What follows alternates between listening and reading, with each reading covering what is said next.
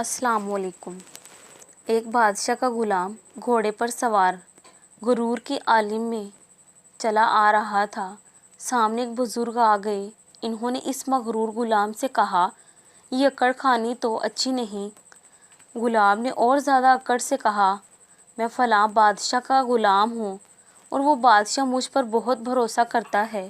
جب وہ سوتا ہے تو میں اس کی حفاظت کرتا ہوں، جب اسے بھوک لگتی ہے تو میں اسے کھانا دیتا ہوں، کوئی حکم دیتا ہے تو فوراً بجا لاتا ہوں۔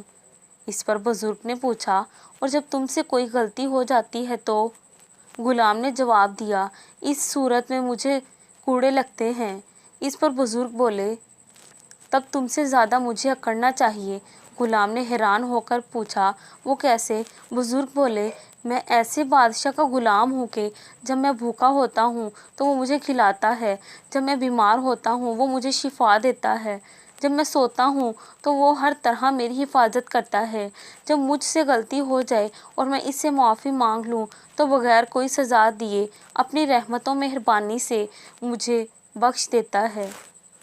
یہ سن کر اس مغرور غلام نے کہا، تب تو مجھے بھی اس کا غلام بنا دیں۔ بزرگ فوراً بولے، بس تو پھر اللہ کا ہو جا، ایسا مالک تمہیں کہیں نہیں ملے گا۔